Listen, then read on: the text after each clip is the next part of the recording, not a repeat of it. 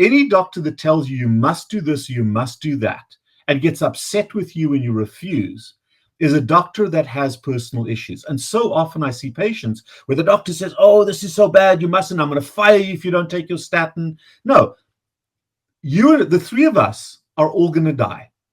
How we get there is our choice. Yeah. If you have knowledge and you've heard opinions, you can then, as a consent-giving adult, decide for yourself which way you are going to live and which way you are going to die.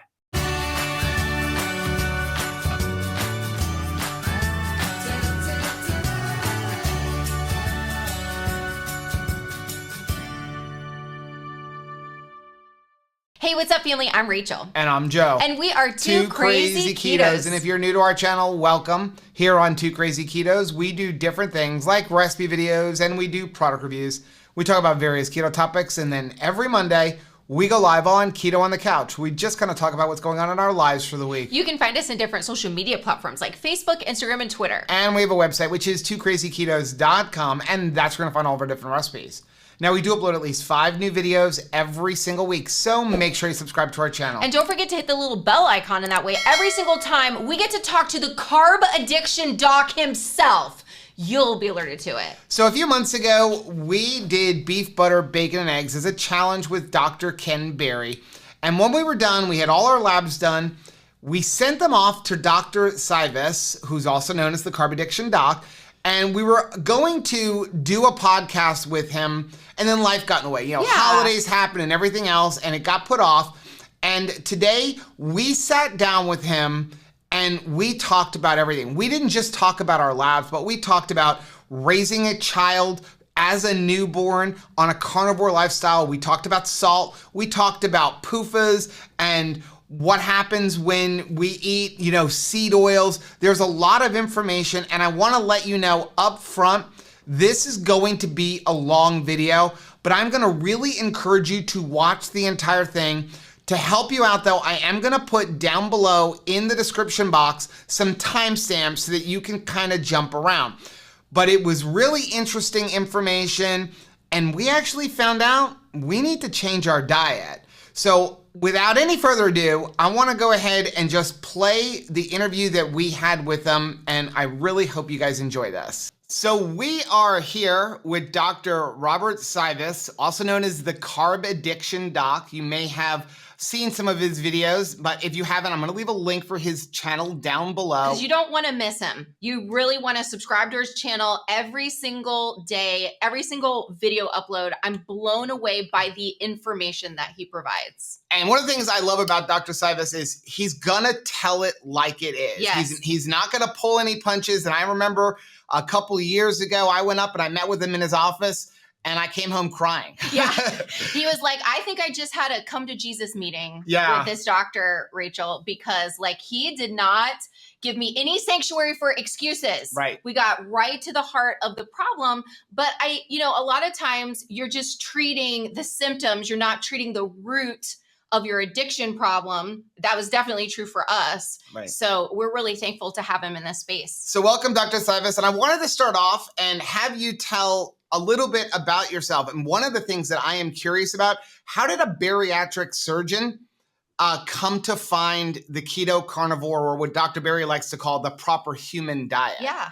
Right. And thanks very much for having me back on the show. It's great to see you guys. Just, well, let me tell you a bit about myself first, and then I'll kind of give you my thoughts on the discussion that we're going to have. I am actually a board-certified adult general surgeon and a board-certified pediatric surgeon. And way back, I worked in a laboratory and did research on the liver. That's my PhD. And we actually used high concentrations of sugar in the liver to induce an injury. And we then studied the inflammatory response to that injury. So we were using elevated sugar numbers in the liver to create an injury. And that concept is something that most doctors have no clue about, because they think that sugar is absolutely fine. But we were creating diabetes and then studying how the body responded to that injury in the liver. So that's the background. Then I got into pediatric surgery, and I was taking gallbladders and polycystic ovaries out of young kids, and they were all morbidly obese. And when we looked at what they were eating, it wasn't it wasn't fat. You go into the rooms afterwards and it's just piles and piles of sugar and carbohydrates and sugar and starch. And how is it possible that fat caused all these problems if they weren't eating much fat, but 80%, 90% of their diet was sugar and starch? So I correlated that with my research, and I understood the concept of carbohydrates. In my own life, I also understood that I topped out at 300 pounds, and it wasn't fat that made me fat.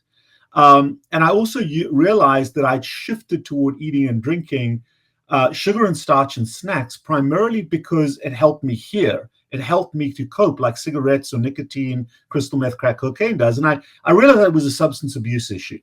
Mm-hmm. And as I got more into this, I really started working with obese children. And my primary passion remains in the adolescent space for obesity.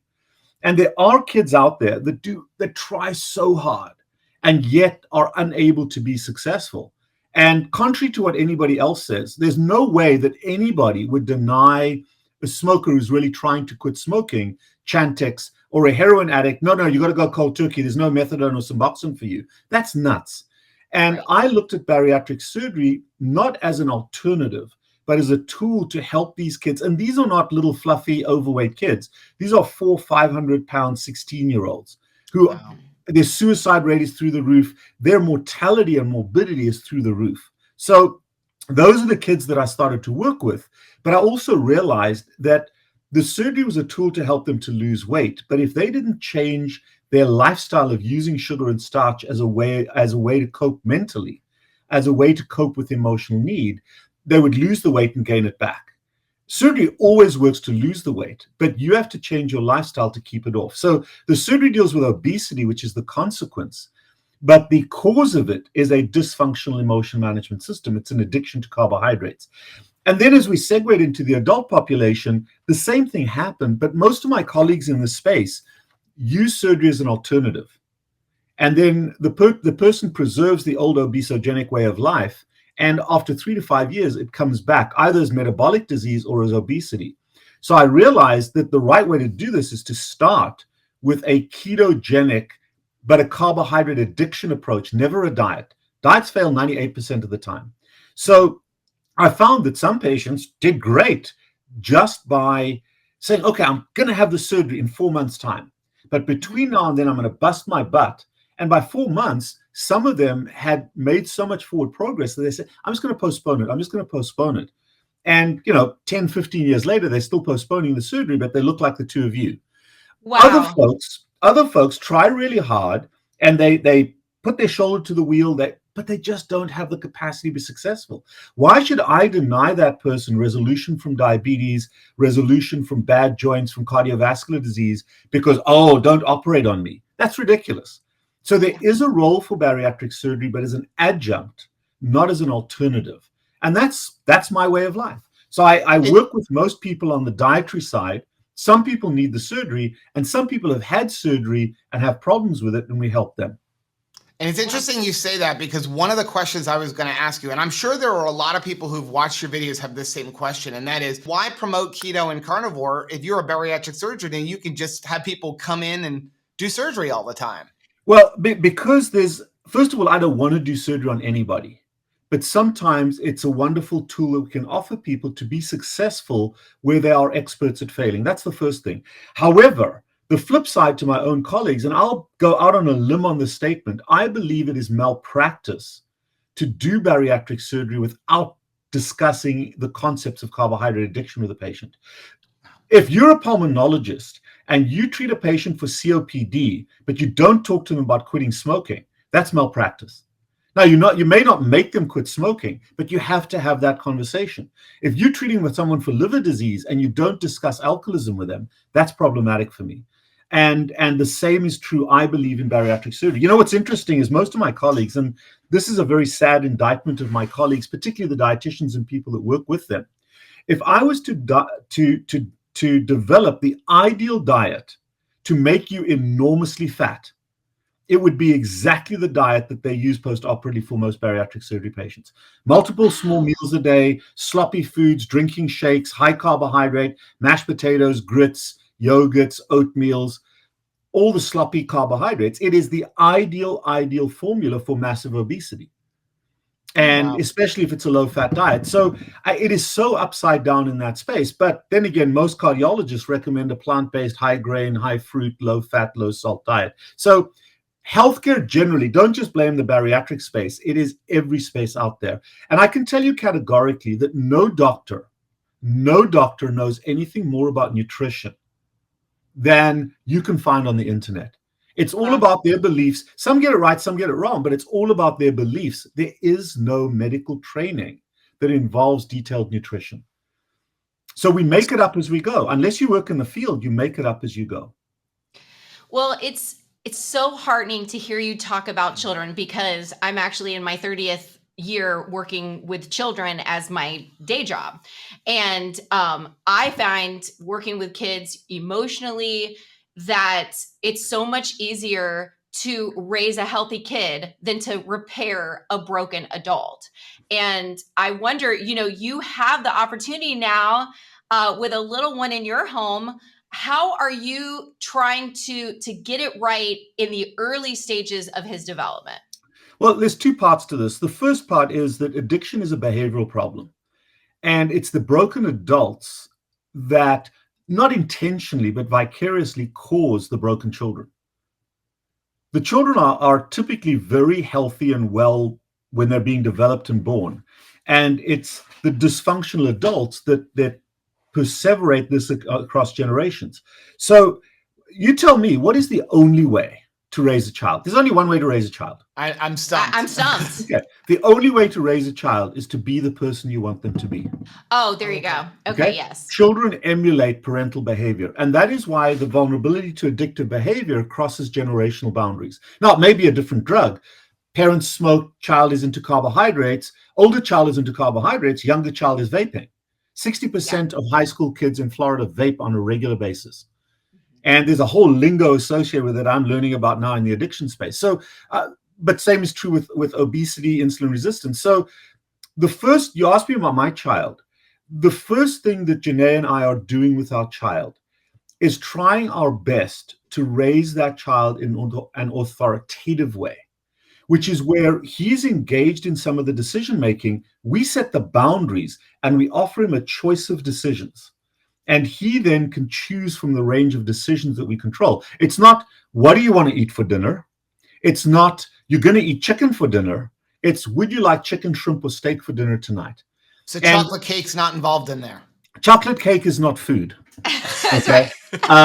He has a pack of Marlboros that he smokes while other kids are eating. No. But the important thing is to raise that child in an authoritative family where they develop a sense of self. His self-esteem, his self-confidence, and his self-respect is fundamental in terms of avoiding a vulnerability to addictive behavior. And so the first part is the behavioral way that we raise him. We praise the effort, not the outcome. But he has to put effort in. He doesn't get a trophy for just doing. And the most important thing is a child's self-confidence. So instead of saying, no, don't do that, we redirect, try this instead. So that a large part of this is not coming down on your child. And I'm not a hairy-legged kumbaya guy. I'm very much a surgeon. And but that appropriate way of raising a child is so important. They need to have absolute boundaries, but they need to have choice within. Notice we haven't talked at all about eating.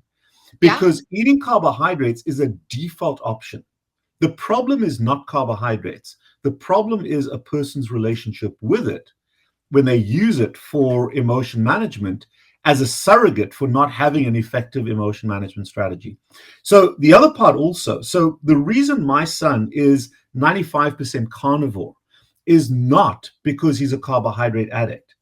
It's because the healthiest biologically human way to raise a child, our genetics, our biology is primarily geared to an omni-carnivore eating pattern. Our whole intestinal tract, our brain development, the development of our bodies is primarily geared toward a high protein, high fat diet as nutrients for a growing body. So we have the diet that he's on is not an addiction diet, but it is a diet to optimize his entire health, his growth, particularly the one irreversible thing, which is his brain, which defines us as human beings.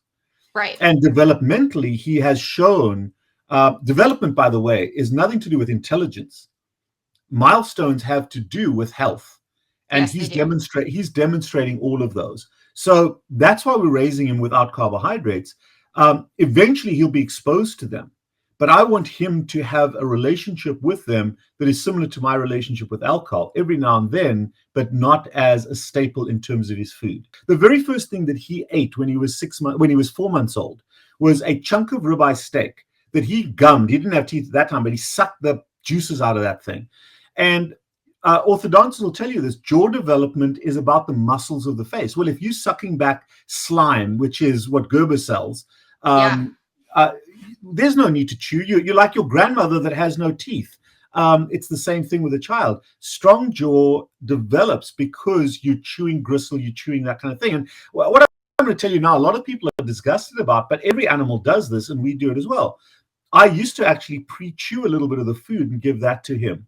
And there's really no harm to it. Number one, he's getting the food in the right components. Number two is he's getting the appropriate biome. My biome. Well, he's getting the healthiest biome he can get. We have never, ever, ever bought baby food. He eats what we eat. And so that's the first part. But he had, by the age of 10 months, he had all 20 of his baby teeth. And they are in perfect alignment because of the jaw strength. So crooked teeth that we see in so many modern populations don't exist when you are raised on that carnivore type chewing action. The other thing that we taught him, which is really cool, we didn't talk about this, but my wife is a speech language pathologist. And at a very early age, before he had language, she taught him 2 signs. More. And done. So one of the key things that we as parents do is we overfeed our children. And from the moment he could pick food up and put it in his mouth, we put food in front of him and kind of what we think is appropriate.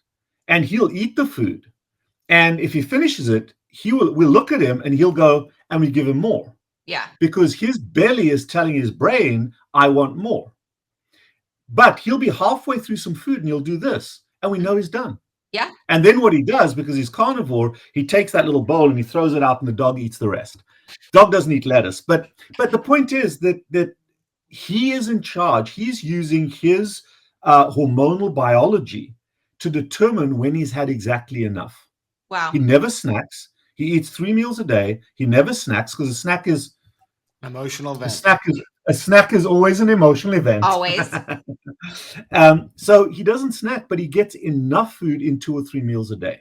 Wow. And one of the key things about there's always fat in the food, but the only thing, and we're going to discuss this in a little bit, the only thing we're very cognizant of is we have to help his body to trigger insulin release.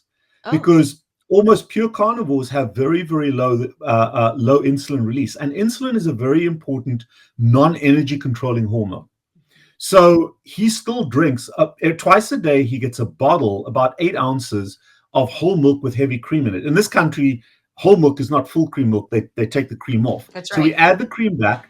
And in the morning, I put a little needle hole in a fish oil capsule and I squeeze that in his milk. So he gets these 3 omega fatty acids, which we'll talk about in a little bit. So he gets 3 omega fatty acids and a bottle of whole milk every day.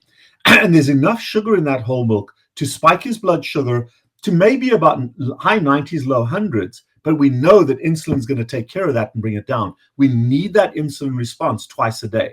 So he gets a bottle of milk in the morning, a bottle in the evening when he goes to sleep, and we're taking care of insulin.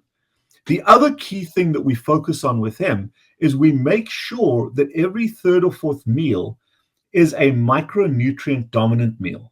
Okay. Now, this may disgust a few parents, but I get disgusted when I see a parent giving a child mac and cheese or chicken tenders or Cheerios or Goldfish. That's vomit for me. So each one to their own. But my child gets a lot of eggs. The only micronutrient that eggs do not contain, which is kind of bizarre, but there's only one micronutrient that eggs don't contain. You know what that is? No. Calcium. Because the calcium is in the shell and humans don't eat the shell. Yeah. So eggs have everything in abundance in a micronutrient form, plus the macros. So eggs are a very important thing for him to eat. And we usually add a little bit of cheese to the eggs. Cheese has everything in it that dairy has, but the calcium comes along with it. So the eggs and the dairy make up the calcium. So micronutrient meals, eggs and dairy, which most people are not going to be upset about. My child will eat oysters, mussels, clams, and I was kind of pissed off with him last night because I opened my last can of sardines, and he comes and he ate half my can of sardines. Aww. Now, what 18-month-old eats sardines? But those are micronutrient meals that are in well, you tell me, how much cholesterol and how much fat is there in an egg? Oh, I don't remember the numbers off the top of my head. It's a perfect ratio of protein to energy. Exactly the right amount to make a chicken. Right. And God and nature doesn't make that many mistakes. So when you're eating whole foods, when you're eating oysters or clams, when you're eating an egg, when you're doing dairy, when you're eating, obviously if you can tolerate it, when you're eating a sardine, the bone-in fish, you're getting everything that is in accordance with our genetic background in exactly the right proportions. Wow. And it's far better than giving them a capsule or a pill or any garbage like that. So that's what we do with our kids, with our child, but he gets a micronutrient meal on a regular basis. He doesn't like liver. So, that's all good. Neither does Rachel. I like this kid more and more. Well, you see, but that's false. That's false, Rachel. Do you eat eggs? Yes, I do. Every time you eat an egg, you're eating a chicken's liver. Good. Thank you. It's just not, because if you eat a newborn chicken, it's got a liver in it. So you're eating a liver in chicken. It's just deconstructed. I like it a lot more this way.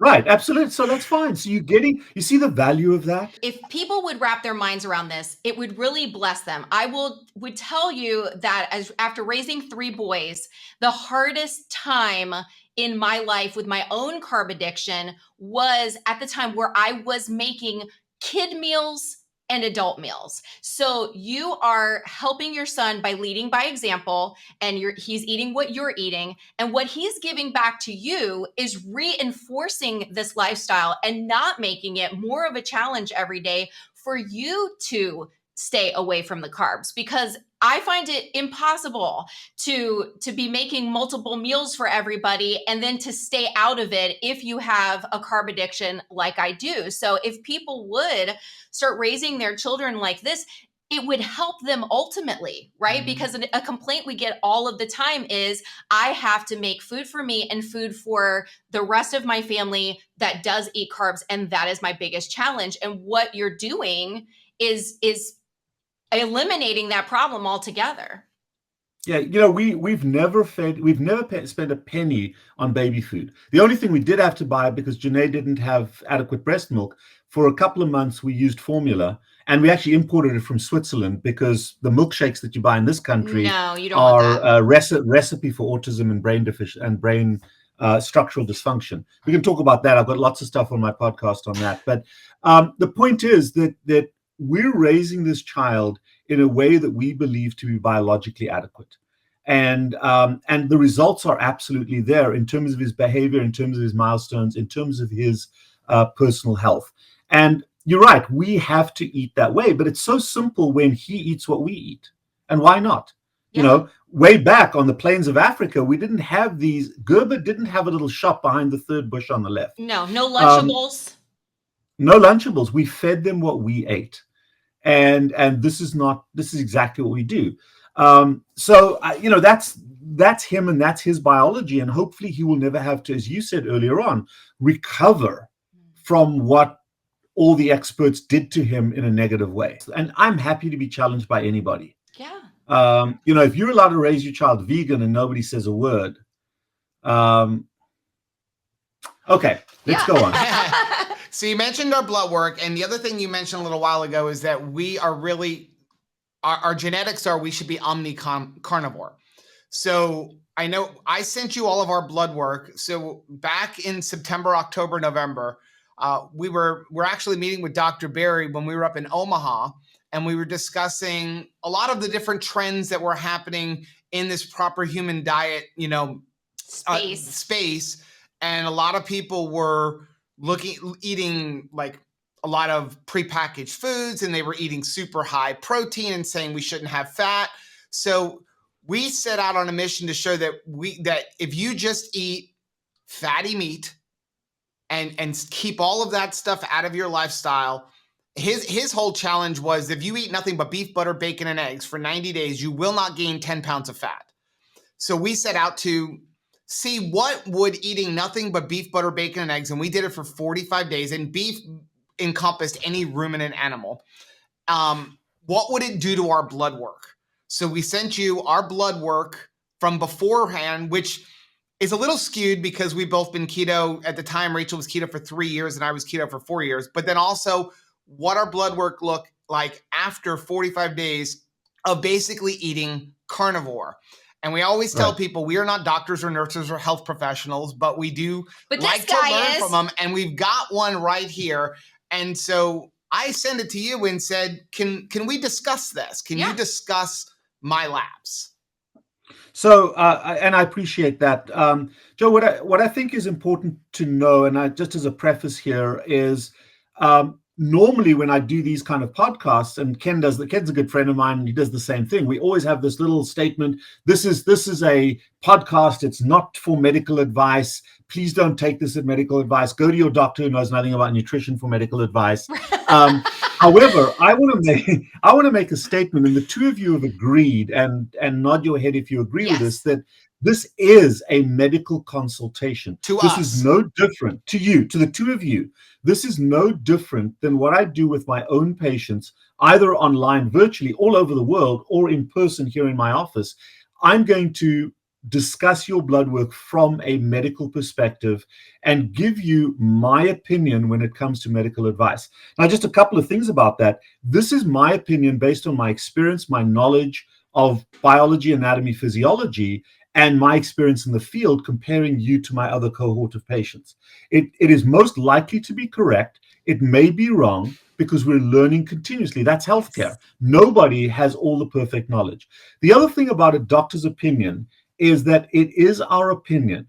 Any doctor that tells you you must do this, you must do that, and gets upset with you when you refuse, is a doctor that has personal issues. And so often I see patients where the doctor says, oh, this is so bad, you mustn't, I'm going to fire you if you don't take your statin. No, the three of us are all going to die.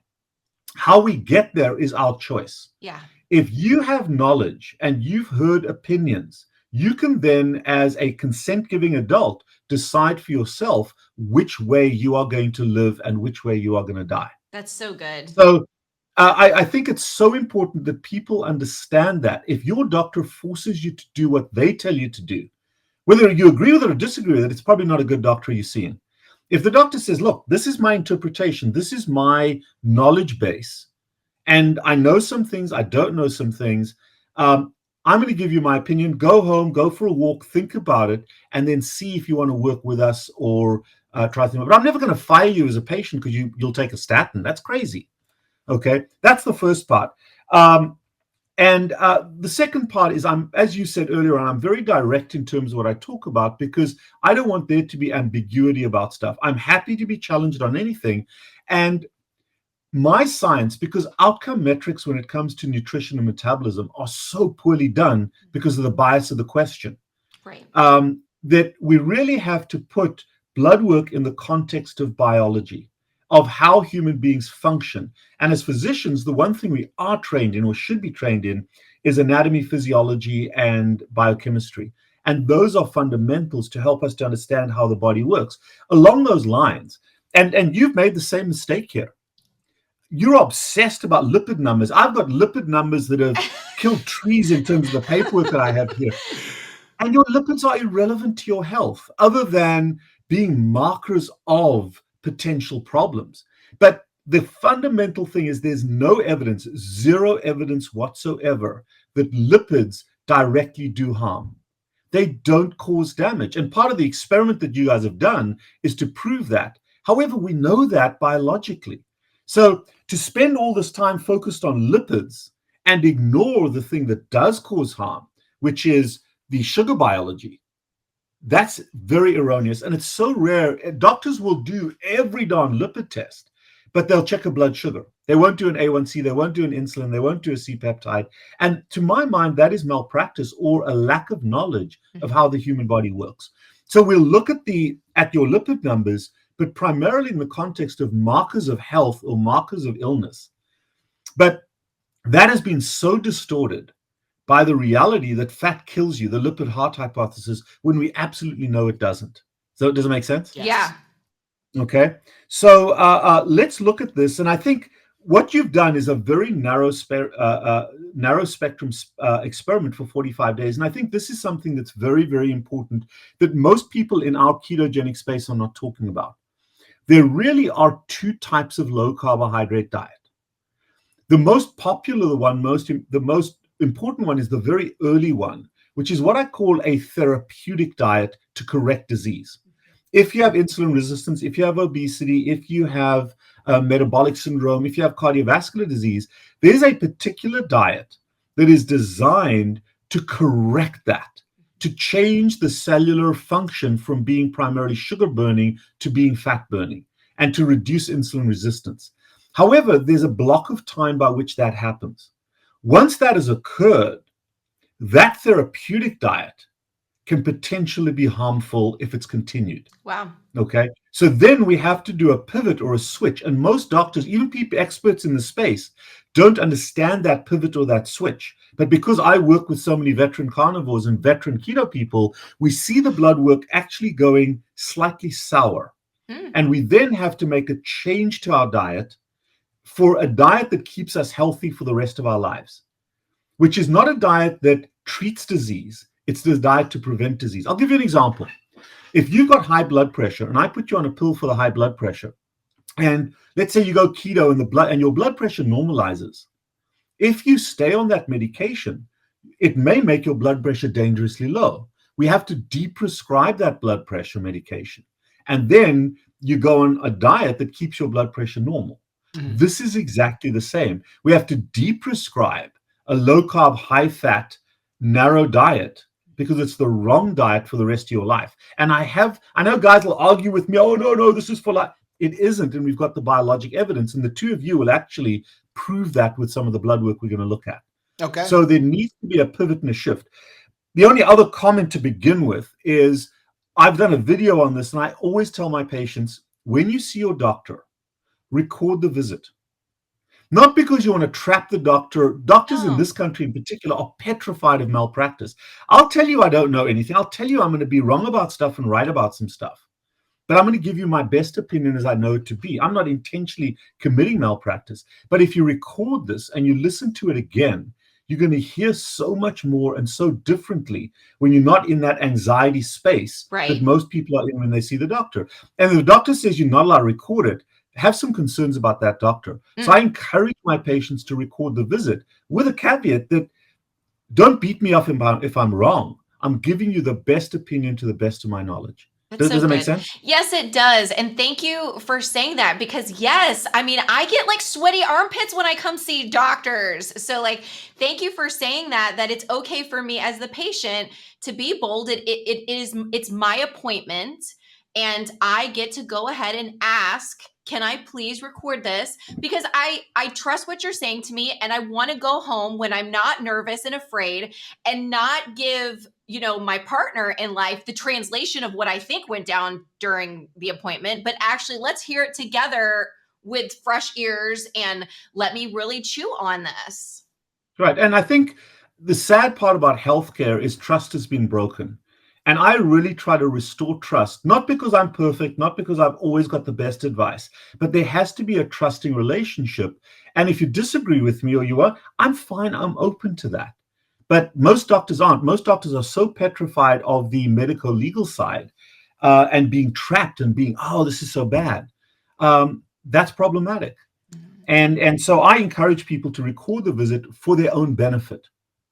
Well, I'm glad we're recording this because I'm getting a little bit of sweaty armpits hearing what you're about to say about our labs. Yeah. So we'll go down that. And again, the purpose is a medical visit for the two of you, but other people are going to be voyeuristically kind of looking over the fence.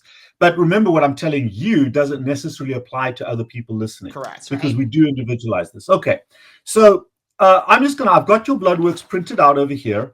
we'll start with Joe, and if that's okay with you, Yep. but we'll kind of, well, I think I'll run through it because there's some nice, interesting little nuance differences. And what you guys did is at first you got the blood work before and then you got the blood work after. And instead of talking about the blood work before and talking about the blood work after, I'll talk about them all together. Okay. And you did not do my full profile of blood work. My full profile is much more extensive than this because I use blood work not to throw medication at people, but to tell a biologic story. And no one number tells a story. We use other numbers to corroborate the story. So we've only got half a story here. But what you did do for some bizarre, weird internet reason is you went ahead and got all your lipid micromarkers. You got all the breakdown of your lipid particles. Totally unnecessary because a lipid profile always tells the same story. And if you break it down into little microsegments, it doesn't matter. Okay. You can't have big fluffy LDL, for example, the big particle size, and have a high particle number and have low HDL. It's just not going to happen. So all the numbers together tell a story, but doctors erroneously hone in on the numbers that they believe to be bad because they can throw a pill at it. And when they don't understand the other numbers, they don't look at it. So when we look at this, I expect both of you to have high particle number with your LDL. So the P number I expect to be high. And, oh my God, it's high. That's terrible. Why? Because you're in ketosis. And if you're transporting fat from your fat cells to the rest of your body and back to your liver, how the hell is it supposed to get there if it's not transported in its transport molecule called LDL? So think of LDL as an Amazon truck. If you guys are making a whole bunch of Amazon orders, you They're at expect my house a every lot of day. Amazon trucks. Right. So they're trying. But imagine if somebody stood on the side of the road with a bazooka and blasted all the Amazon trucks.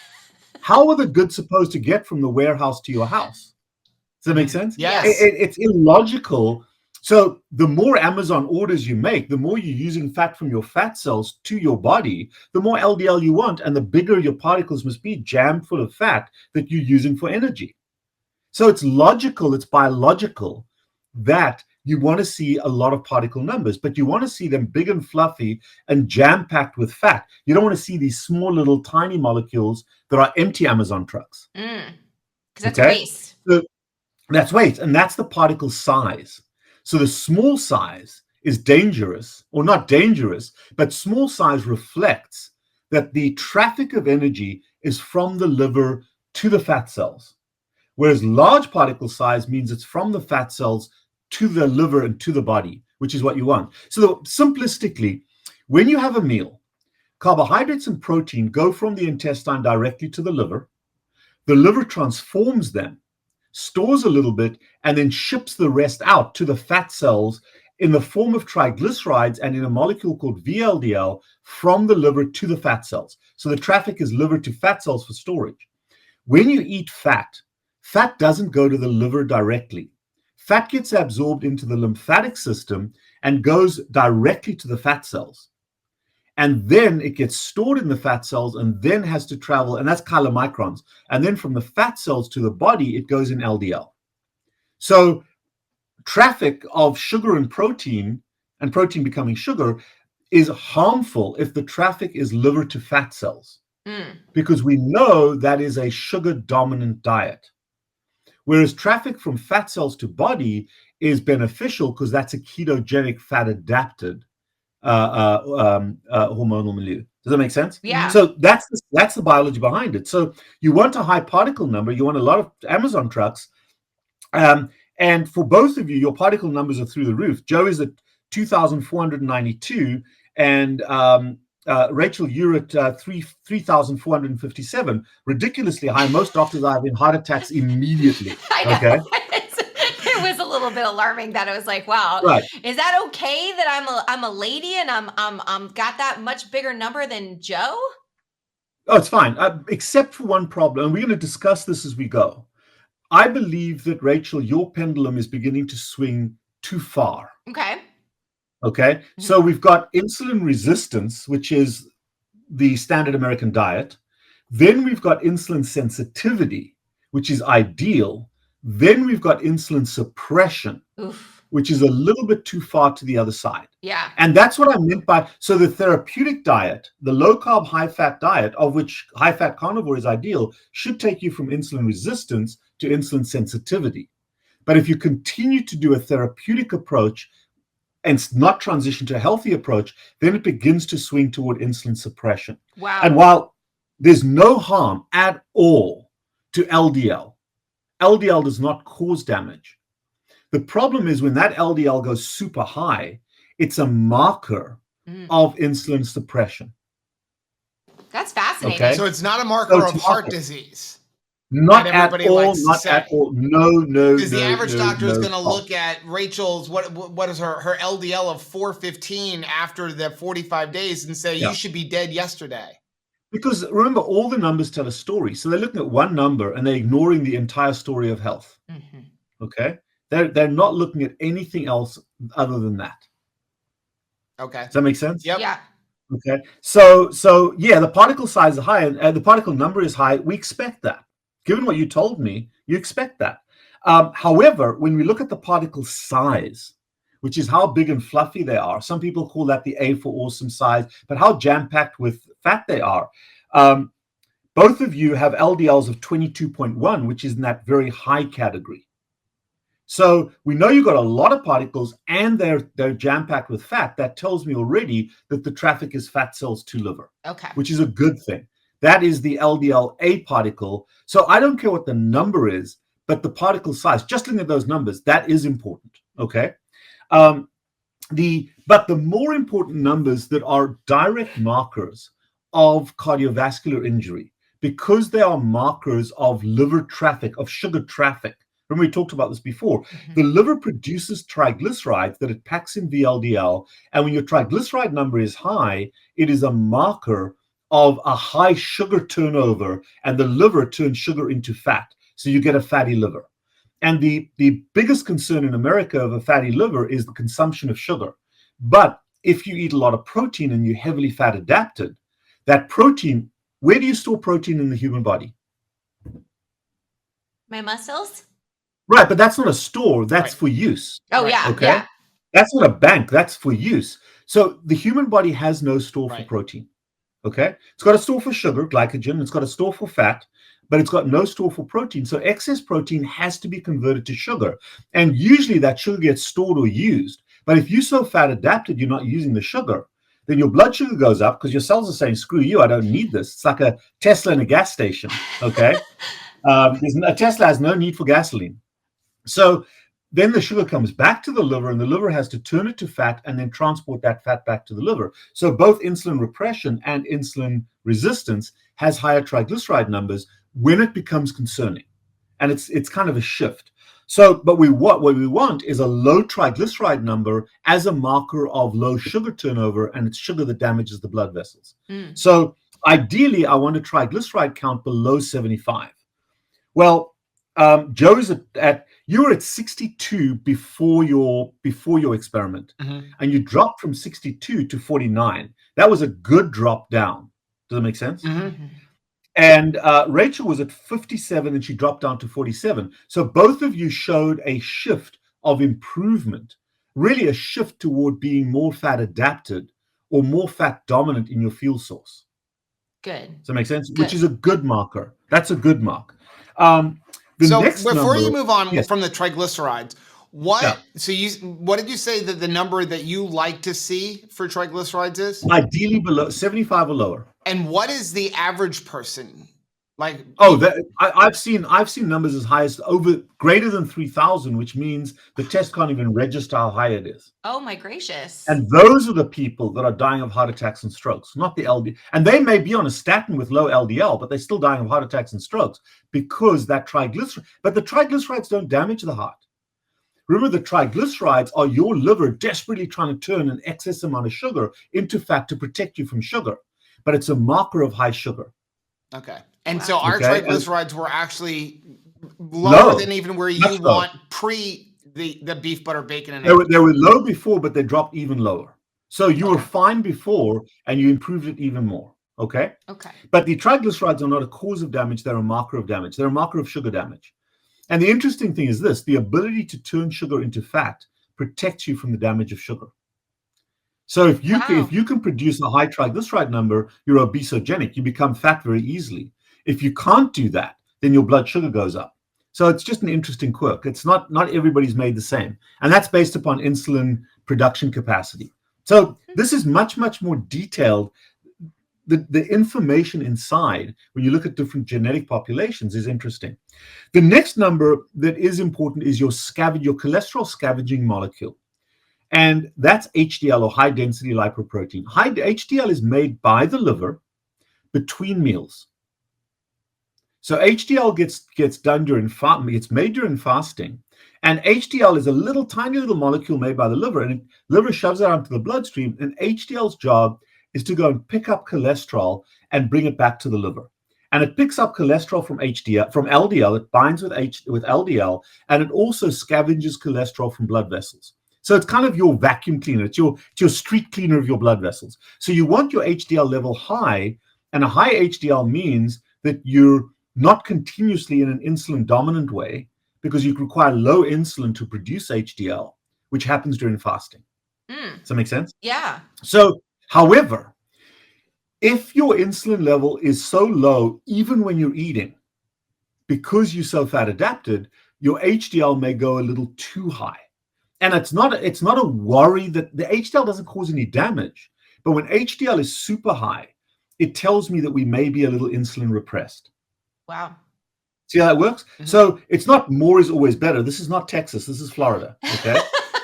There's a range. Too low is not good, but too high can be a marker of, hey, the pendulum swung too far. So I preface that. So the ideal number for HDL, in my opinion, is an HDL above 75. And it's slow. It takes time to get up there because you have to be insulin sensitive to get there. So what's interesting, Joe, is that before this, your HDL was 65, a good number, but not quite at the 75. Within 45 days, it went from 65 to 89. And that's pretty impressive. So you crossed that threshold. And that 89 is a beautiful number. 89-49 is a beautiful ratio of triglycerides to HDL. And I would call that, already without knowing more numbers, you're kind of in that insulin sensitive territory. Mm. Rachel, on the other hand, had an 87 before. So you were already there before. But then you went from 87 to 119. And although that's a good number, it's a little higher than I want to see. It tells me that you are becoming a Tesla, if you know what I mean. It's okay. Not with current gas prices, I'll take a Tesla. Exactly. Oh, I love that. Exactly right. Exactly right. But that's the issue there. Now we will see that also reflected in your calculated, your LDL-C, or your calculated LDL, which is the total LDL. And so I like my LDL range. For me, I like it to be between 120 and 300. Okay. That would give any other doctor a heart attack immediately, but let them have the heart attack rather than you. Right. Okay. So for Joe, your LDL was 267 to start with. And it actually went up from 267 to 272, but that's basically break even. But you're right in my range of 120 to 300. Mm-hmm. Okay. Your cholesterol went from 383 down to 365. And the reason for that is because you became more insulin sensitive. And the bizarre part is the more insulin sensitive you are, the less cholesterol you absorb from your diet. Hmm. And I know that's a paradox, but even though you're eating a lot of fat, yes, the cholesterol is made by the liver under the influence of insulin. That's the HMG-CoA reductase pathway that cholesterol blocks. But cholesterol is also taken up from the diet. And the two offset against each other, which is something I learned. I didn't know that. So when you're producing a lot of cholesterol, your absorption of cholesterol is low. So when you're eating this way, because you're going long periods of time without eating, your insulin is good, you're producing more insulin, your absorption is lower. Okay, that makes sense. It's a difficult concept to understand. And I actually have to go back and look at my reference paper on a regular basis to get it just right. But there are some really cool papers that discuss that. And it's different to what you think it should be. But your LDL is basically the same, 267, 272. It's high, but it's within my range. Mine, for example, is a 240. Okay. Don't tell my insurance company that. I actually took a statin for about 8 weeks to drop it down to get my life insurance. Whereas when you look at yours, Rachel, your LDL, you went from 306 already at that upper lip, but now you're at 415. So that, again, like your HDL, is fine. No issue with cardiovascular risk, but it's a little high. It tells me maybe her insulin is a little too low. Wow. Does that make sense? In other words, her body's demand for sugar is so low that she's living on this fat all the time. You see where I'm coming from with that? It does. Like, what should I do to make sure that We're I don't take this? We're going to talk about that. We're going to get into that. We're going to get into that. Okay. That is an important con. But the key thing is this: the 415 poses no risk whatsoever, in my opinion. That's good. It just tells me that your insulin dynamic is shifting a little bit too far. Okay. Because it's a bell curve, and so. But I have no issue with that. Most doctors are going to clutch their own chest as they look at that number. Right. Absolutely fine for me. Okay. Let's go on. So let's look at some of the other dynamics now. They did a so-called insulin resistance score. That's crap. Okay.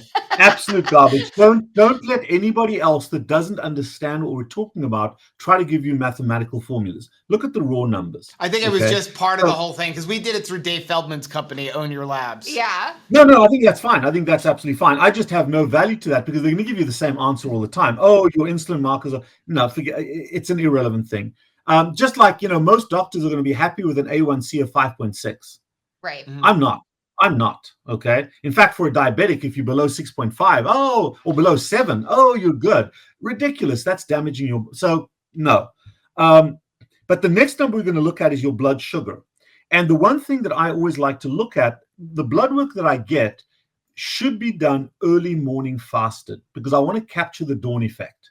And that's what these were done right around 8 a.m., both times, like between 8 and 9 a.m., and we were fasting. Yeah, normally they give us the time, but yours just says 0000. So I couldn't see the time on the blood work. I always look at that time.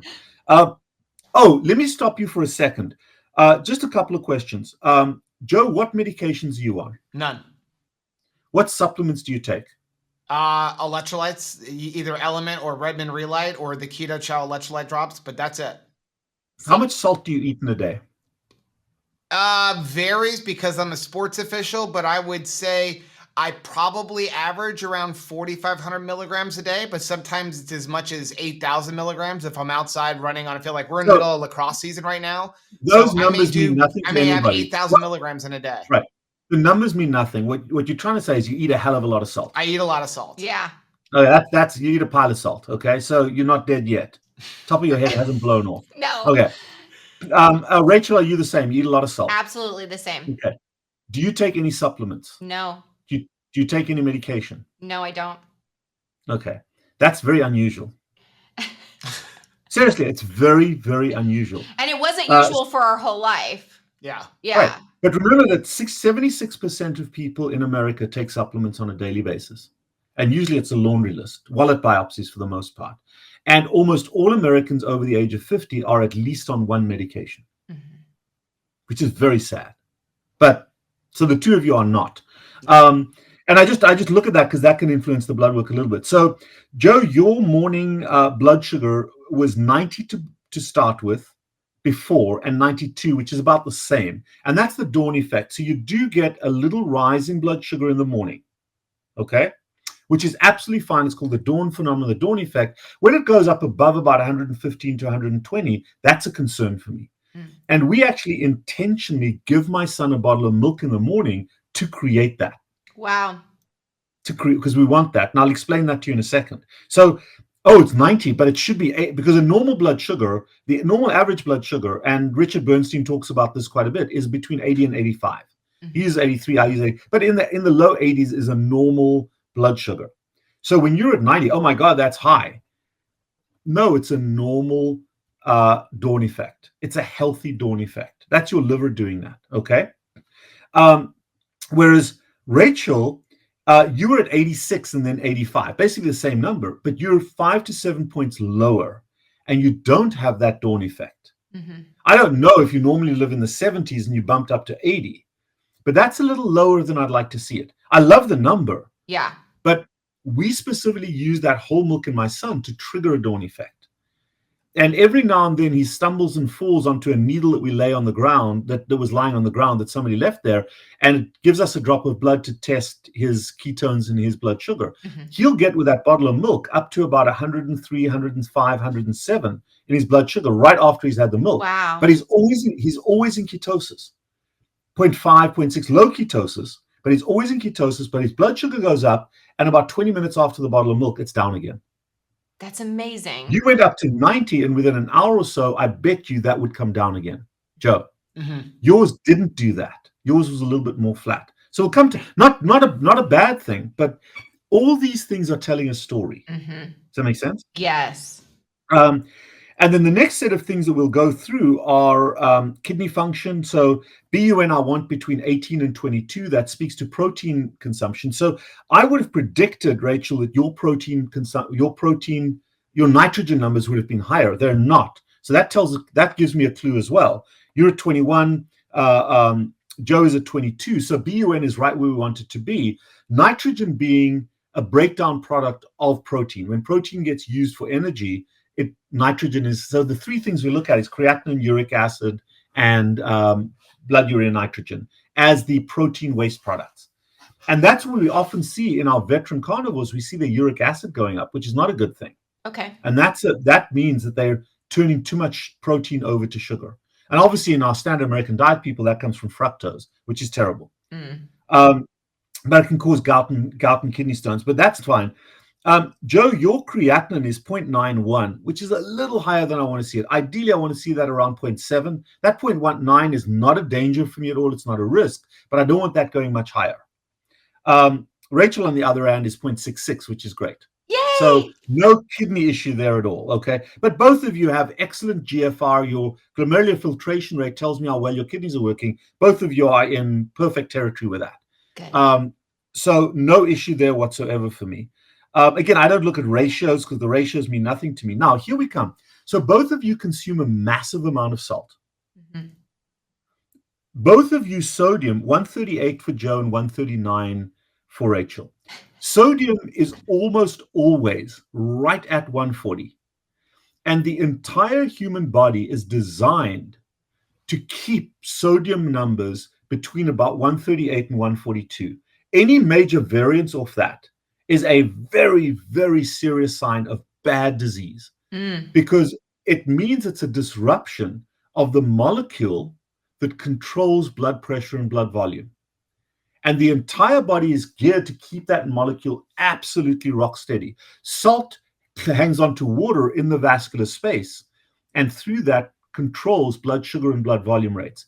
Also, salt, little fluctuations in salt, affect sodium, potassium, and sodium glucose channels that allow nutrients to enter cells and leave cells.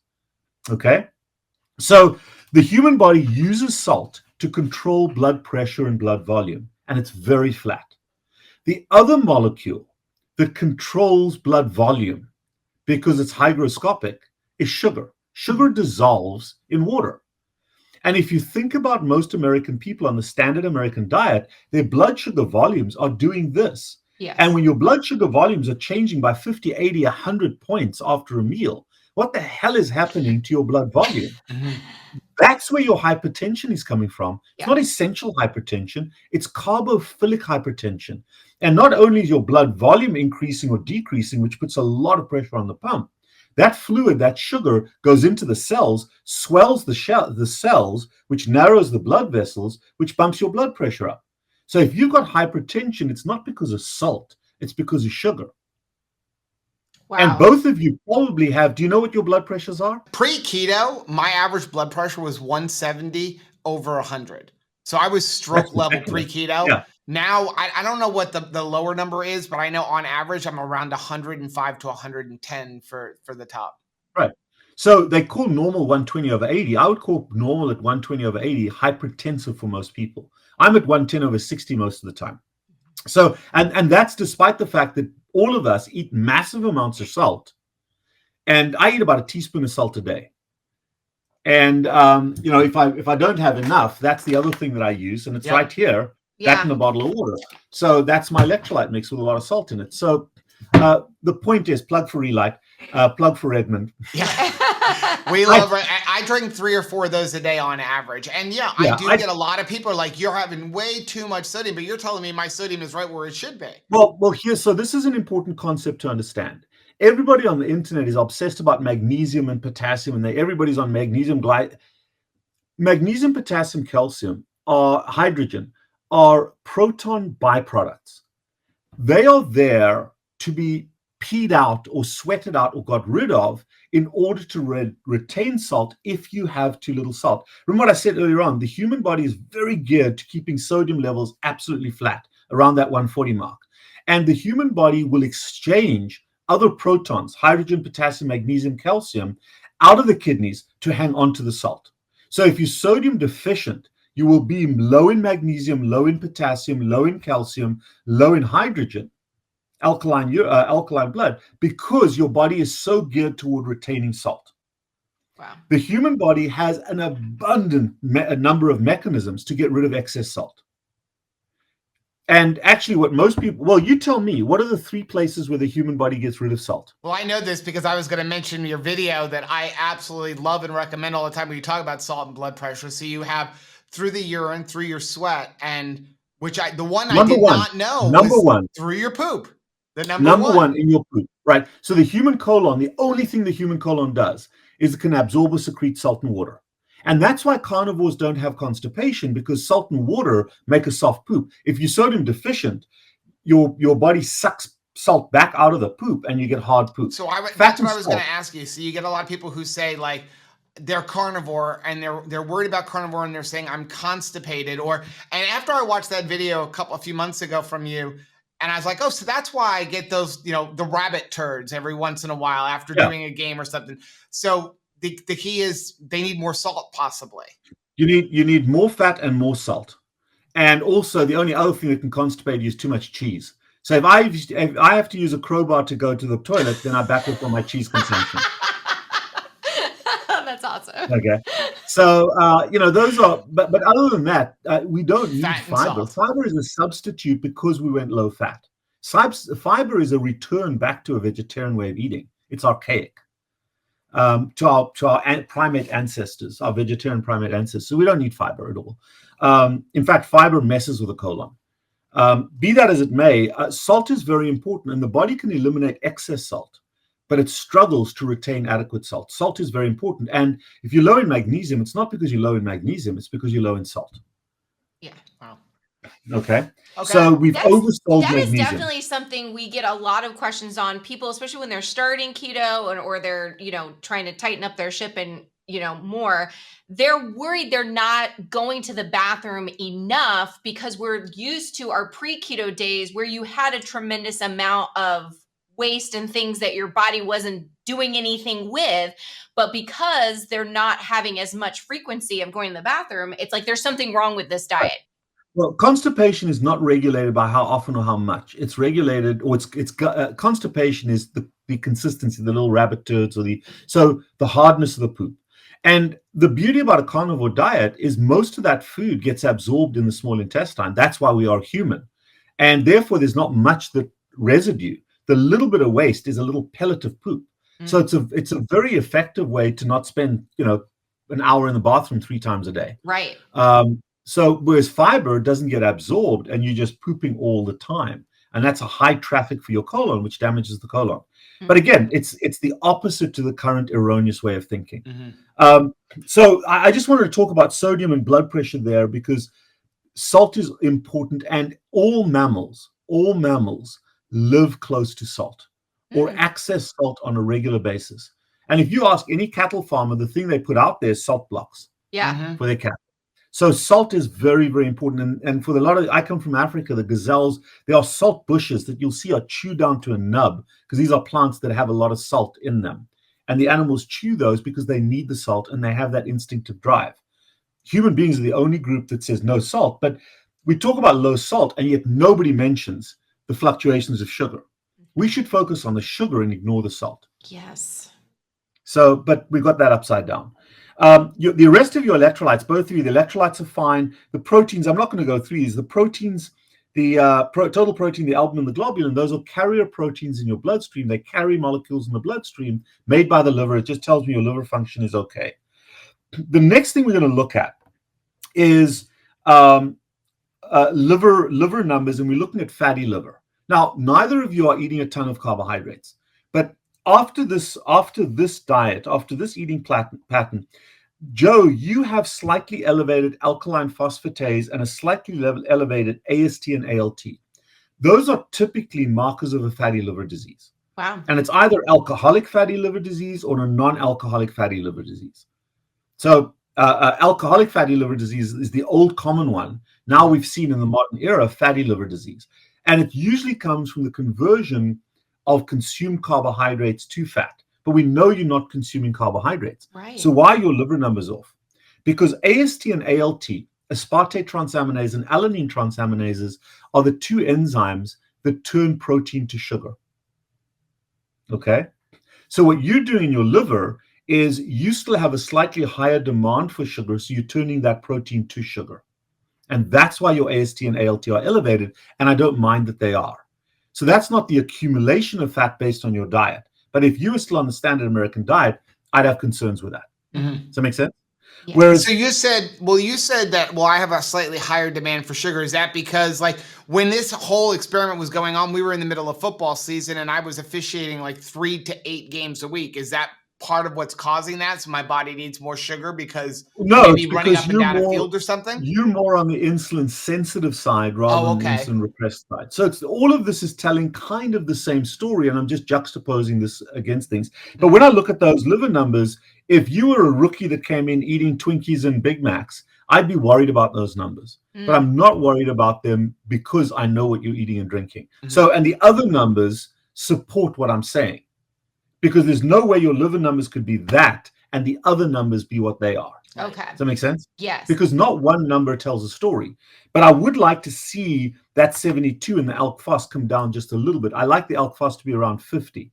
And if you look at yours, Rachel, your ALK phos is 44, which is low, and your AST and ALT on the low teens, which is kind of where I want them.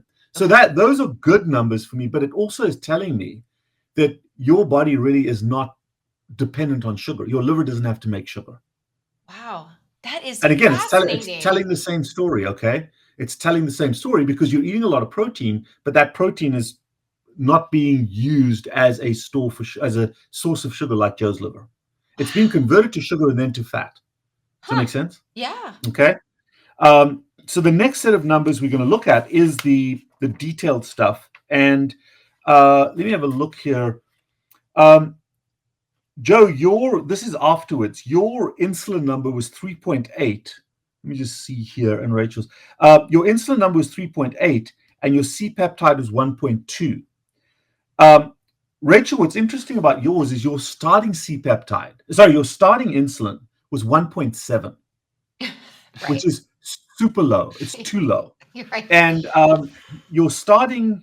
Let's see, your starting, I don't have your starting C. Do you have your before C peptides over there? I don't know if we had done. I didn't see them. I don't think we had done the C peptide the first time. When we did the second round of tests, we did the test that Dr. Barry recommended we get done. Yeah, so we added. Nobody told us what to do the first time around. Yeah, the C peptide and the insulin are important. Did you have an early insulin? I didn't get your early insulin, your before insulin. That is definitely on there. So my starting insulin was 4.1. Right, I thought so. It was a little higher. So your and insulin Rachel's numbers come down. Was 1.7. Yeah.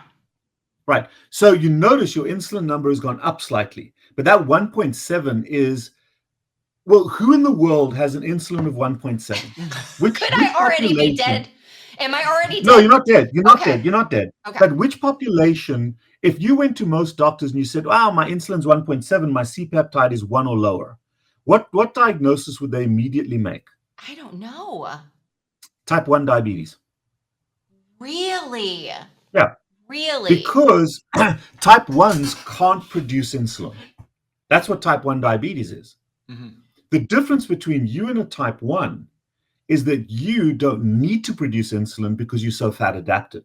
Okay. So she's not a Whereas type 1 Joe- diabetic based on this number. Right. So I No. haven't eaten my way to bad health. No, but if you look at this, if you look at your Kraft tables, which we didn't do, but your Kraft tables, the glucose tolerance test, the Kraft type pattern 5, which is what you are, what it says here is low insulin response. If glucose values are, consider this to be juvenile pattern of diabetes or type 1 diabetes, or may be due to an ultra low carbohydrate diet. Oh, wow. So Either/or. that's the insulin repression side. And I see that on a lot of my carnivore veterans. So Joe's numbers are still in a good place. I'm just going to put this back here. Joe's numbers are still in a reasonable place, which is perfect insulin sensitivity. For insulin sensitivity, I want your fasting insulin to be in the 4 to 6 range, but probably right around 4. You're at 3.8, which is ideal. You're a little bit low. Sitting that 1.7 is way low. And that 3 is also still on the low side. Okay. And C peptide, I typically want around 1 to 1.5. Joe's at 1.2, you're at 1, which is on this scale with LabCore. And the problem is that the two lab values, Quest and LabCore, have different normal tables. So in Quest, that's a little bit too low for you. So that tells me that Joe is right in that insulin sensitive area, whereas Rachel, you're not there yet, but you're starting to go toward insulin repression. Okay. And we're starting to see markers, which is a beautiful thing. Nobody gets there. That is hard work to earn that. Okay. But basically so you need to be proud of this. Okay, so stop sweating. I'm good. All right. No, stop sweating. This is wonderful. However, it tells me we need to pivot a little bit to start triggering some of that insulin, because you want that little elevation of insulin in the morning and a second time later in the day. And I'm assuming we're not going to achieve that by eating a Snickers bar first thing in the morning when I get up. It would work, but you wouldn't eat one Snickers bar. You'd eat the case. Oh my gracious. Okay. That's so, true. We're going to talk about the therapeutic part of the diet, because there are a couple of different approaches, but knowing who you are, we've got to put moratoriums on certain things. Okay. But those are the insulin numbers there. And it just tells me that biologically, Rachel, you've shifted a little bit more than Joe has. But he also probably started a little further behind the 8 ball. Yeah. Okay. And the final number to corroborate those numbers is your A1Cs. And ideally for me, I want an A1C below 5.2 or lower. And Joe, your A1C was 5.2 before, 5.3 afterwards. And those slightly elevated liver numbers are going to be part of that production. That 92 that you had, plus that slightly elevated, that all speaks to that degree of sugar production, because there's still a degree of sugar utilization by your body, and then most of it's fat adapted. So you want a little bit of both. And I'll explain that to you in a second. Whereas Rachel, you were at 4.8 before and 4.9 now, which is ridiculously good. Okay. So those numbers are absolutely fine. So nothing is bad, right? But it tells me we need to pivot. Good. That's all. Yeah, I like this. I like being able to interpret the information with somebody who knows what they're looking at. Well, it's because because if you stayed this way for another 6 months, those numbers would then shift to be concerning. Okay. And we see some of our veteran carnivores where they've shifted too far, because nobody's had this. They're doing everything right, but they're doing too much. They're living in Texas, if that makes sense. Yes, that sounds like me. Absolutely. More is always better. Yeah. So where was I going to go with that? All right. So the A1C is, for both of you, is absolutely fine. It tells me that you're insulin sensitive, but heading a little bit more toward insulin suppression. And that's why those lipid numbers are a little high, the insulin numbers are a little low, and we want this to happen a little bit more. I know where I was going. So here's what's interesting, which most people don't understand. We're so obsessed with energy dynamics. We're so obsessed with what we use for energy. And the reality is it's irrelevant. It doesn't matter whether you're using sugar or ketones for energy. Most cells can use both. All cells have the ability to use sugar. Most cells can use ketones as well. But what you use for energy is irrelevant. And that is not what everybody will tell you. Here's where it's important. Here's where ketosis is important.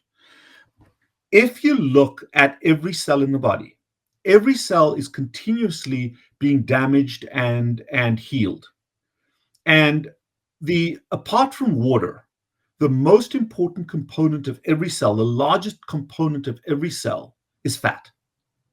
The cell membrane is fat, the organelles are fat. The structure of the cell depends on fat and protein. A little bit of sugar, but mostly fat and protein for the structural aspects of the fat. Membranes require fluidity. They have to move. And membranes are dynamic things, and they require, the ideal membrane fat is a combination of 4 things. Medium chain triglycerides, which are anywhere from 4 to 6 to 8 to 12 carbon chains long, that medium chain triglycerides. They require cholesterol.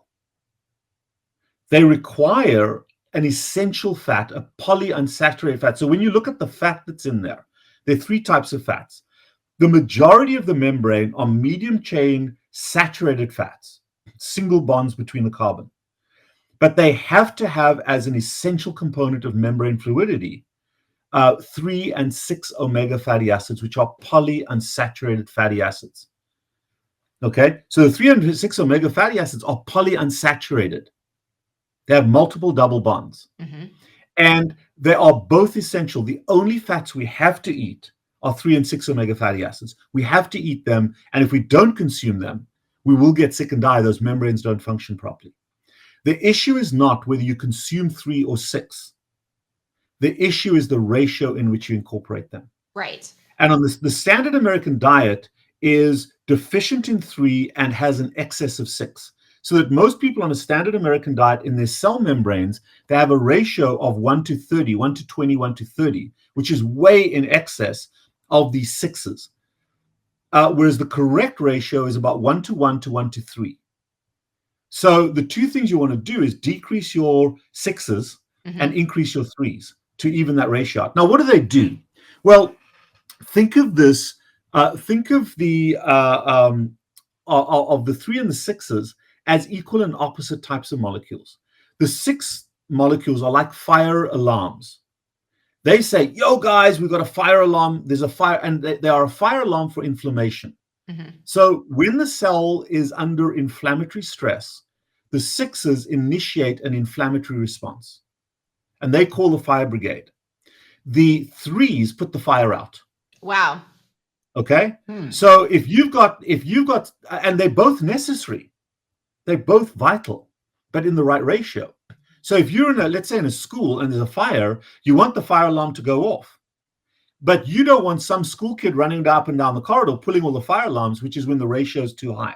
Right. Does it make sense? Yes. So that's the key. And you also want your inflammation level at a low level. And inflammation comes in large part from too much sugar. Not sugar, but too much sugar. So that ratio of 3 to 6 is important. Now, so it's cholesterol, protein, 3 and 6 omega fatty acids, and saturated fat that you want in that membrane for the ideal healthy membrane. The membrane is continuously undergoing repair. And the repair, the fat for the repair either comes from the bloodstream, or in certain cells, it has to be produced in those cells. So like our brain cells, there's not enough traffic across the blood-brain barrier of those fats. So we get the building blocks coming in, and then the brain cells build their own fat. The nerves build their own fat, okay? Here's the problem. Here's why keto is so important. It's got nothing to do with or very little to do with energy dynamics. If you look at medium chain triglycerides, they're 6 to 8 to 12 carbon molecules long. Ketones are 2 carbon molecules long. Ketones cross the blood-brain barrier very easily. So when ketones cross that blood-brain barrier, the brain cell can develop healthy fat from its ketone building blocks, take 2 or 3 ketones, chain them together, and create a healthy short-chain fat. When glucose gets converted to fat, the starting point is C16, C18, long-chain fatty acids. That's why they have to be put into triglycerides to be transported to the fat cells. So that long saturated fat molecule has lack of flexibility. It doesn't work well in the membrane. And if that cell cannot repair itself, over time it dies. And we call that Alzheimer's. Oh my gracious. Okay? The fat is also necessary, as if you think of a wire, all wires have insulation to allow the electricity to go down without spreading out. Well, the cell that surrounds all the nerves in your body is called a Schwann cell, and it's a very fatty cell. It's the cell that also affects autism, which is the white matter of the brain. And that Schwann cell actually only uses sugar as a fuel source, because all the fat that it absorbs, all the ketones in the fat, goes toward the fatty layer as fat deposits. So it's a sugar obligate. But if you're insulin resistant and you're only having sugar, number one, the cells of the body can't repair them properly. There's this perpetual cycle of inflammation, and the cells are brittle, they don't work properly, and then you get all these cellular diseases. In the nerve cells, not only are the nerve cells being damaged and dying because they don't repair they can't regenerate, but also the conducting cells are a problem. So what do we get? We get Alzheimer's, we get macular degeneration, we get arrhythmias of the heart because the nerves are screwed up. We get this whole SIBO thing is garbage. Yes, I said SIBO is garbage. Okay. You have a great video on that. I know. I just taped another one. The majority of the intestinal problems that we have are related to insulin resistance and damage to the nerves that cause the intestine to function normally. It's gastroparesis, it's irritable bowel, it's colonic denervation, and it's because the Schwann cells are damaged. Wow. And then instead of the message going down the nerve, it's going sideways, and the nerves don't work properly. All these arrhythmias, arrhythmias that people get in their heart, that's because of diabetes. It's not diabetes, but it's insulin resistance and diabetes that damages those nerves. That's why you're in atrial fibrillation. That's why you've got sick sinus syndrome. And that kills as many people as atherogenesis. But everybody's focused on plaque and LDL. Yes. Well, a lot of people have pristine blood vessels, but they die of a heart attack because of arrhythmias. Mm-hmm. And that's an insulin resistance problem. Wow. So the importance of being fat adapted in ketosis is not just for energy. It's primarily for healthy tissue repair. And we don't think of that. No, we don't. We only focus on energy, energy, energy. And Tim Noakes has even changed his mind about that, saying that the brain is the regulator of physical performance, not the muscles. Muscles will never run out of energy. Yeah. So if we don't take a look at what we're eating and we try to just solve it with only fitness, as far as like movement and like you're exercising more and more, but like what you're taking in is like garbage, you're not going to have the internal health results that you're thinking you're going to have. Well, there's two parts. Fitness is about the efficiency with which the muscle uses fuel. But the old theory was that muscles stopped working when you ran out of energy for the muscles. That's not true. I know you do this, Joe. You tell me I'm wrong. When you're driving down the road and you've got a long way to go and you start to see your gas tank get to the red mark, the first thing you do is you shut off the radio, you shut off the air conditioning, you shut off all the systems that are using gasoline because you're going to drive as far as you possibly can, as close to that red line. Am I right? Oh my gosh. Guys tend to do that. Yes. Okay. It's like you're driving with him. I mean, again, hey, I'm 51 years old, so that was the whole thing, right? Your fuel gauge is going down. You better turn off the air conditioning because it uses more fuel. Turn off the AC, right? Because you want all the fuel to go to the engine, and the AC uses it up. Well, the brain works exactly the same way.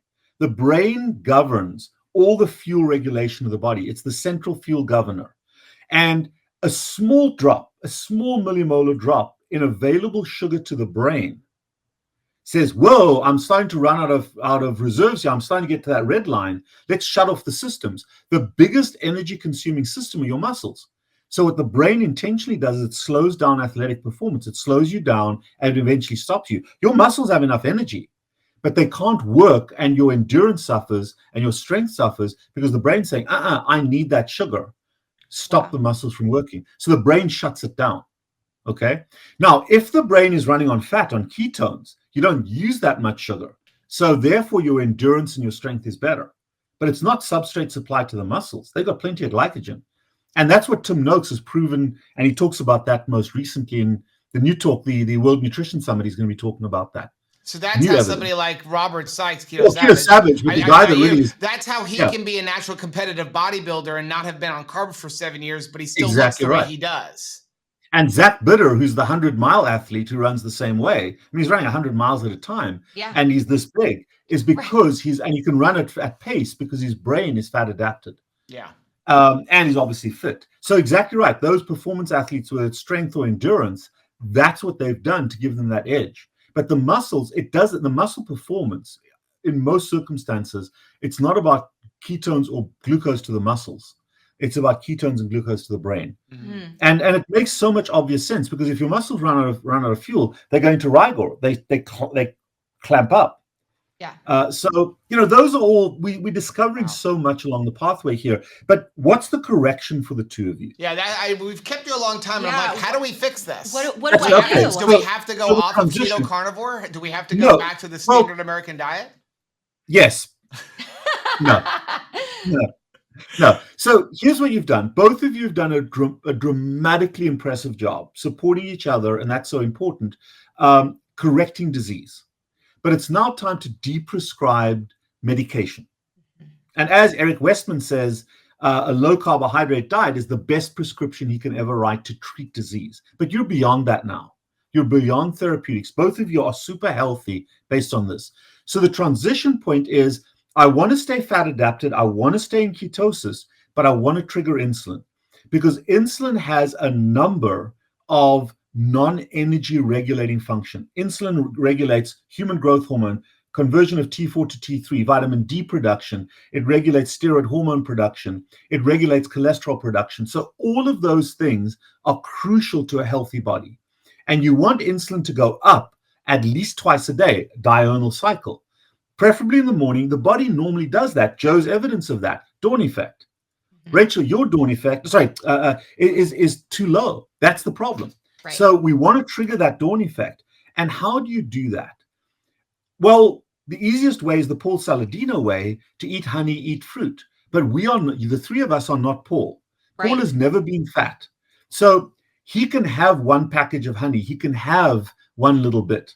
There's no way on God's earth I would ever do that, because I don't trust myself. Right, exactly. So one way for certain athletes is to use raw sugar, not so much the starch, but the raw sugar, to trigger that instant spike. That's what I do with my son.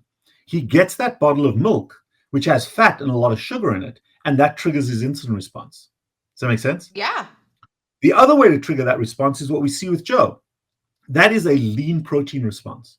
So when you eat a lean protein meal, that protein, that excess protein, has to be converted to sugar. But if you eat fat with it, then your body doesn't know what to do with the sugar. But if you have a lean protein meal on a regular basis, not all the time, but on a regular basis, your body will eventually say, dude, I'm running out of fat here.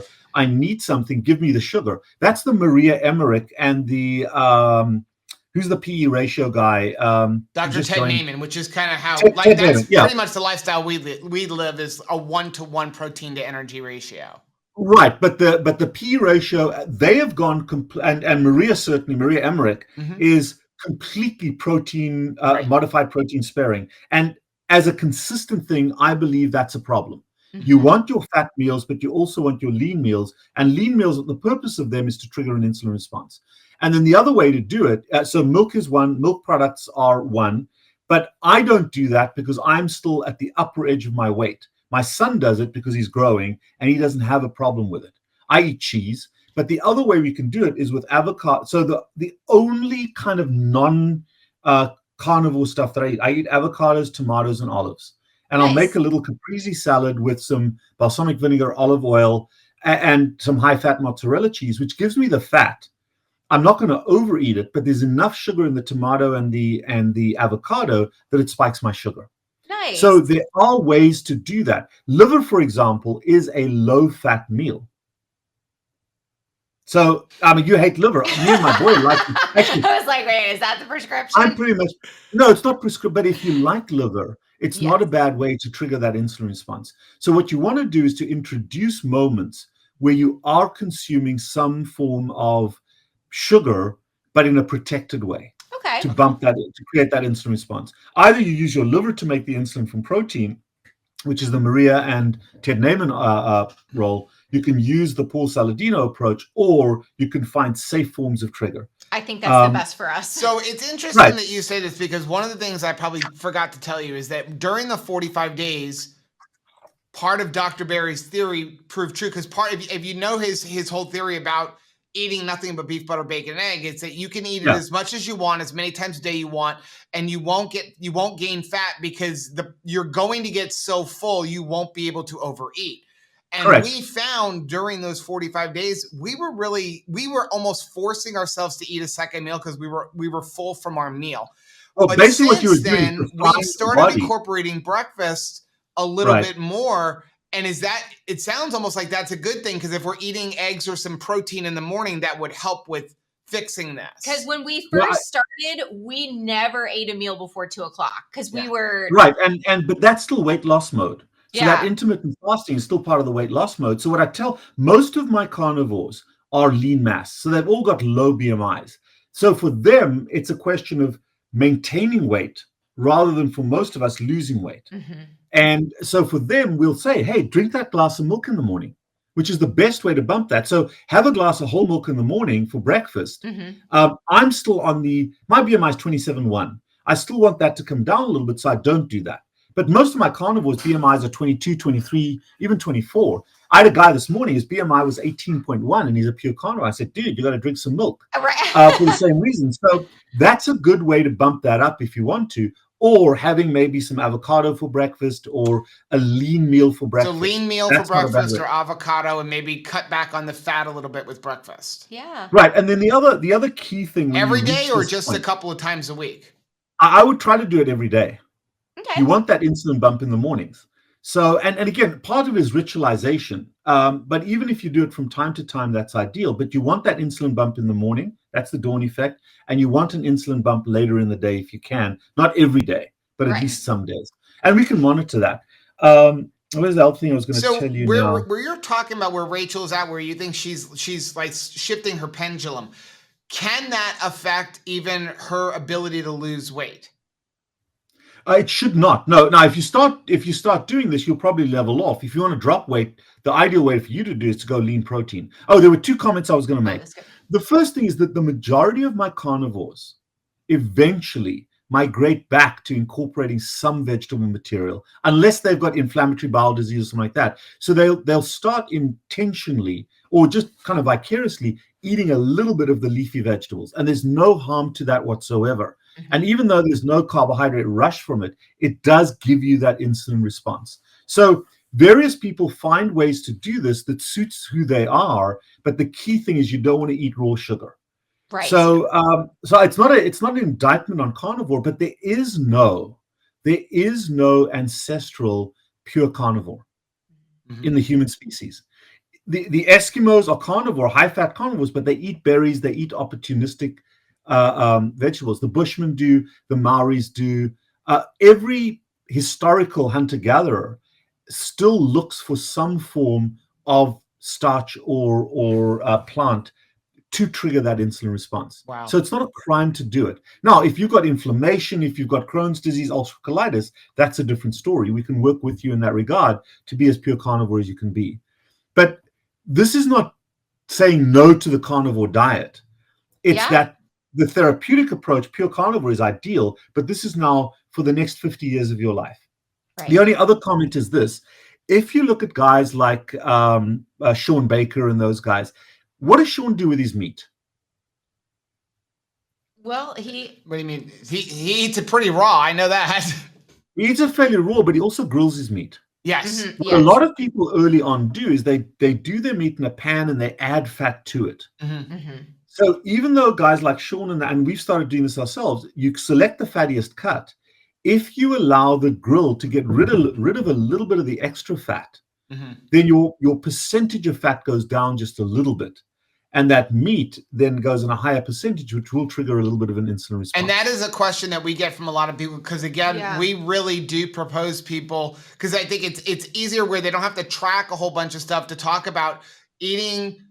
Dr. Ted Naiman's eating 1-to-1, you're still eating a high fat diet at about 60% of your calories coming from fat when you're eating 1-to-1.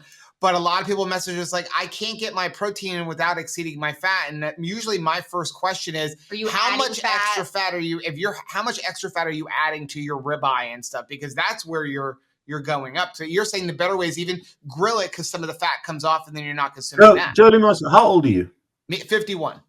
How old are you going to be when you die? My plan is to live to 100. There you go. Exactly. 100 makes the math easy. Are you going to be counting all this crap for the next 49 years? No. So stop counting anything. That's called a diet. Look at your food and see what it looks like. Most of us have eyes that work.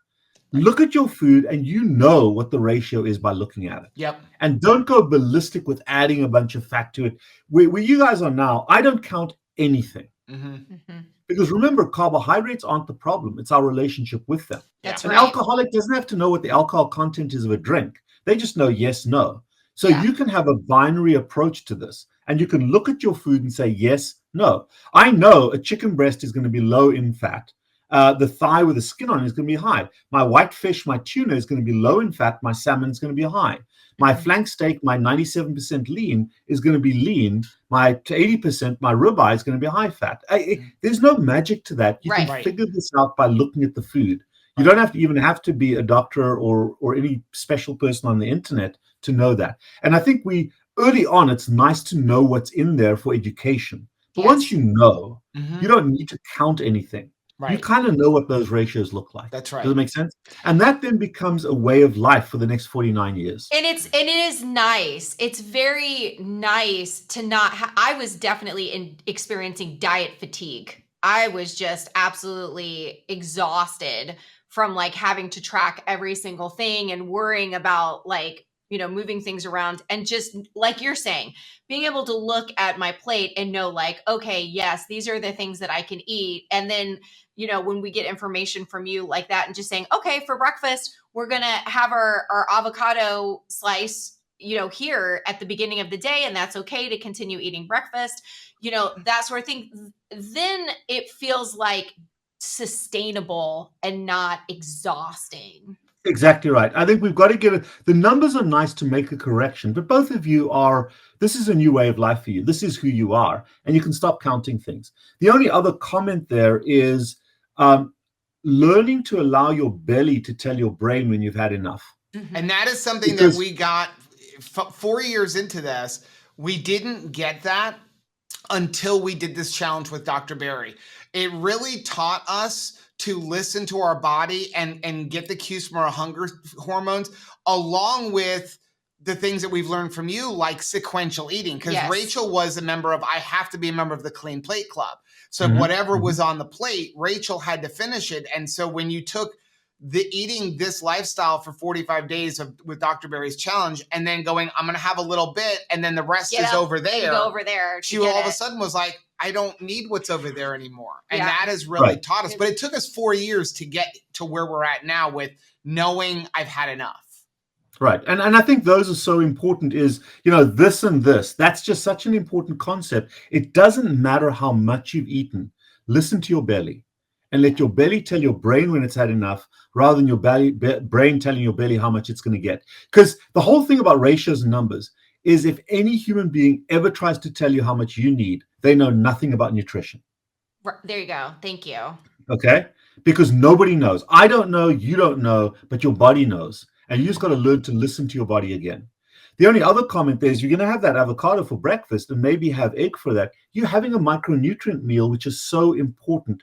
The reason I promote the milk is because every mammal except humans raises their young up to half their adult body weight on milk. It's the ideal micronutrient meal. It's got everything in it. So don't demonize dairy unless you've got a problem with it. But all these, dairy is so bad for you. You may gain a little bit of weight or you'll be weight stable on it, but the micronutrient value is enormous if it's healthy. So but you can do the same with an avocado and an egg. Yeah, perfect. We make our own yogurt at home. We use the Fairlife milk, which is, the lactose-free, 50%, ultra filtered. And so if we just make that as more of a low fat instead of the high fat, that's a much higher protein. So that's good for breakfast, correct? Well, I would still go high fat. I wouldn't take the fat out of it. Yeah, because you've got the sugar in there. What you're looking for is a source of sugar. So avocados have about 12 grams of sugar in them, but also fat.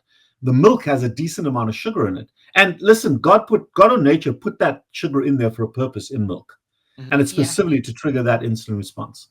Awesome. So those are really the focus for you. The shift is, how can I eat a little bit more frequently so that I don't continue to lose a ton of weight? The caveat is if you want to drop a bit of weight, go back to 1 or 2 meals a day and cut back on the fat consumption. That's the hack to drop a bit of weight. But generally, you want to eat 2 or 3 times a day, smaller amounts, and eat till this. But also those micronutrient meals are important, and having a bit of sugar in them is important. And the sugar doesn't have to be adding sugar, but that's the insulin trigger that we want. And I think, Rachel, if you can move toward where Joe is with his numbers, maybe keep your A1C down a little bit, but have those little triggers, that's what you're looking for. That is awesome. That is so good. Well, Dr. Cywes, thank you so much. I know we kept you for a long time. Thank you so much. But boy, did I learn some stuff. Yeah, wow. And you can eat carbs. I think that... No, you can't eat carbs. They've got to be hidden. Well, more than we've been eating, like eating the avocado. I mean, we haven't, I don't think, other than once in a blue moon, we're probably at like 8 to 10 total carbs. And again, an avocado in the morning, our breakfast is generally like eggs and some butter. Well, here's the thing, Joe, that's important for the therapeutic approach, but you're beyond that. You guys are veterans now. And, Judy Cho and I talked about this the other day as well, is most people treating people are still in that first therapeutic space. You guys are now beyond that. And more people are getting to that beyond stage. Yeah. And I'm so thankful for you. I'm so thankful for your videos. And one of the things that I don't want us to do is be fearful. We're not going to be fearful of information. For so long, we never got blood drawn or tests done because we just assumed that it was not going to be good news. And then even when we went keto, we really didn't get our labs done because we were afraid, well, what if news is good news? What if the doctors were right before when we told them we were going to, go keto, and they said, well, that's going to be terrible and you're going to die just like your dad of a heart attack. So having you in this space and also people can actually have consultations with you no matter where they're living, right? To kind of make some clarity out of this. The beauty about COVID is we're doing more and more stuff online, telehealth, all over the world. And the way to get hold of us, now I'm booking fairly far out. So, I've got a dietitian that works with me, Cheryl Fox, who's absolutely excellent. But text, and you can WhatsApp or text 561-517-0642, and they'll set up an appointment. And even if it's just to get the blood work, or, hey, I'm carnivore, when should I pivot? Or am I doing it the right way? Or I've got Crohn's disease. Or there's so many variations that we use a dietary approach as a foundation. And I know people are going to get all upset with me about SIBO, but it's such because I had a person in my office a couple of days ago who spent $2,300 on some SIBO correction diet, and it did, or some medication, and it did nothing for her. Why? Because she's got diabetes. And the diabetes has destroyed the nerve. She's got gastroparesis. She's got a nerve issue. And once she goes carnivore, that all goes out the window. And it did. Yeah. But you want to be careful about what you buy into. And I know the bacterial load is important, but it's automatic that your bacteria flip to a carnivore-based biome if you eat carnivore. Yeah. But what are we doing? We're eating probiotics, which are plant-based, on a carnivore diet. Yeah, we're screwing ourselves. So anyway, there's a lot to talk about there. But what you guys are doing, basically taking salt as your supplement. That's salt and fat are the two supplements you want, and it's the ideal way to go because we should get everything we need from our food. Great, so good. Well, thank you so much for your time. Dr. Cywes. We'll see you at some of the conferences coming up. Wow. What an incredible interview. I know you were really nervous ahead of time. I pitted out. Because I was telling you beforehand, like, he's going to tell you like it is. Are you ready to get medical advice on camera? And what if he tells you, like, you're really screwed up? Yeah, I know. I'm so glad, though, that he is like that. Because sometimes I do need general information. And sometimes I need specific information as to what should my next step be moving forward. Right? Yeah. Like a general, hey, this is for everybody is not going to do, right?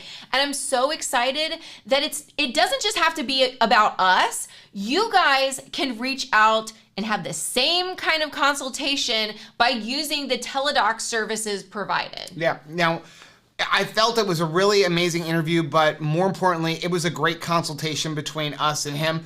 I definitely learned some things about myself. I'm glad to know that we have healed our bodies and now we're on the other side. Whether we need to lose a couple more pounds or not has nothing to do with it. Like metabolically, we have fixed our issues and now it's time to tweak things so that I can achieve my goal of living to 100. Which I think is a great goal. We also learned that no matter what, we're different. That's right. We continue to find ways that we're eating the same plate of food, but we're very different in the way that we process it. And it is okay that you may want to start out the day with breakfast and like have, you know, just a cup of coffee and not even eat breakfast. And for me, I might want to add some avocado slices to my breakfast. So, Right. I mean, we're different and that is okay. Yep. So let us know down in the comment section, did you learn anything from that interview? What was the thing that really stood out to you? I mean, there are so many things that stood out to me that I did not know. And we've been able to have conversations with him before. Yeah. But there were some definitely eye-opening things for me today, and I'm so glad we did that. But let us know down in the comment section what stood out for you. Yeah. Now, if you like seeing videos like this, take a look at some of the videos that we have linked right over there. Also, make sure you take a look at our most recent video, which I'm gonna put right over here. But whether you head this way or you head this way, don't forget to head this way. Subscribe to our channel and click the little bell icon, and that way every single time we tweak something in our diet, you'll be alerted to it. Till next time, Bye. bye.